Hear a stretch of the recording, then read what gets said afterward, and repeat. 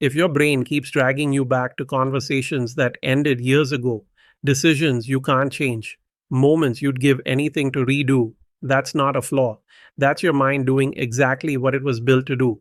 But here's the problem: what it was built to do and what actually helps you are two completely different things. In this video, I'll show you number one, why your brain replays the past on a loop and why willpower alone will never stop it. Number two, the ancient framework that explains the difference between your mind and who you actually are. Number three, a practical shift you can make today that starts breaking the rumination cycle for good. Let's get into it. A guy I spoke with a few months ago, smart, self aware, had read every productivity book you can name, told me he'd been mentally rerunning the same argument with his father for 11 years. His father had been dead for 6. Every morning, somewhere between waking up and getting out of bed, his mind would cue it up again. Different angle, same loop. He wasn't depressed. He wasn't stuck in life by any external measure. But inside, part of him never left that argument. That's not unusual. That's most people. The neuroscience term for this is the default mode network. When your brain has no immediate task demanding its attention, it doesn't go quiet. It goes somewhere specific, inward. It starts scanning memory, running simulations, replaying events, rehearsing conversations you'll probably never have. Researchers at Harvard found that people spend roughly 47% of their waking hours thinking about something other than what they're actually doing, nearly half your life. And the content that gets the most airtime? Unresolved emotional experiences, things that felt threatening, things that felt like failure, things that felt unfinished. The brain does this because it's trying to protect you. The mind's job from a survival standpoint is to find patterns, identify threats, and prepare you to handle them better next time. So it keeps returning to the painful memory like a tongue returning to a sore tooth. It's looking for the lesson it hasn't fully extracted yet. The problem is that most of the time, there is no new lesson.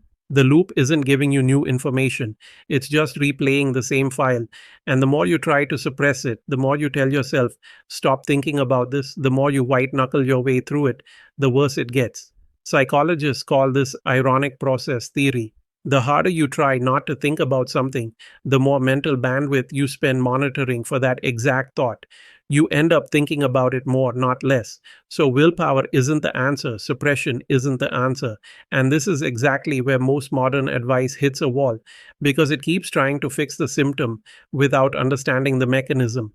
The Vedic texts, written thousands of years before neuroscience had language for any of this, had a different diagnosis entirely.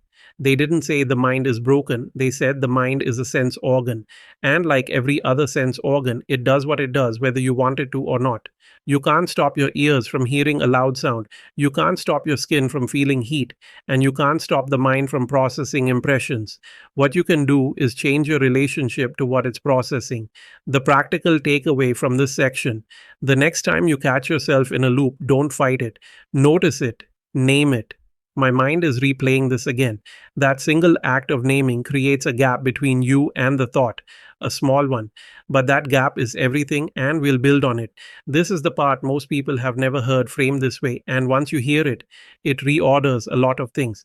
The Vedic framework, specifically what's laid out in texts like the Bhagavad Gita and the Upanishads, makes a very precise distinction that Western psychology is only recently catching up to. It separates the mind from the self, not metaphorically, literally. The mind in this framework is called the sixth sense. It processes the input from the other 5 senses. It thinks, feels, doubts, imagines, remembers, but it is an instrument. It is not you. Think about that for a second. You can watch your own thoughts. You can observe yourself feeling anxious. You can notice yourself getting pulled into a memory. Who is doing the noticing? It's not the mind. The mind is the thing being noticed. There is something behind the mind that is doing the watching. That witness, that observing awareness is what the Vedic tradition calls the self or Atma. And the entire tradition of Vedic psychology is essentially a training system for strengthening that witness so it isn't constantly dragged around by the instrument it's supposed to be operating. Here's where this becomes practical. When you identify completely with your mind, when you believe every thought it produces, when you feel every emotional spike it generates as if it's absolute truth, you are in a state the texts describe as Maya, which gets translated as illusion, but really means misidentification. You've confused the instrument for the operator. You've confused the radio for the music. Modern cognitive behavioral therapy actually lands in a similar place. One of its core techniques is called cognitive diffusion, learning to see thoughts as mental events rather than facts. I am anxious becomes I notice I'm having an anxious thought. The shift sounds minor. The effect is not. When you stop being the anxiety and start being the one who notices the anxiety loses its grip. Not immediately, not completely, but measurably. The Vedic version of this goes deeper. It's not just a therapeutic technique, it's a description of what you actually are. You are not the accumulation of your memories. You are not the story your mind keeps telling about who you are and what happened to you. You are the awareness that those memories and stories appear within, and that awareness has never been damaged by any of it. The reason this matters for stop replaying the past is this: when you identify with the mind, every replay feels like it's happening to you again. The emotional charge is real, the body responds, the stress hormones release. But when you operate from the position of the witness, the replay is just content. It's the mind doing its thing. You don't have to go with it. The practical takeaway: when a memory or thought loop starts, try this exact reframe. Instead of, I keep thinking about this, say to yourself, my mind is producing this thought again. Third person, slight distance, you're not denying it.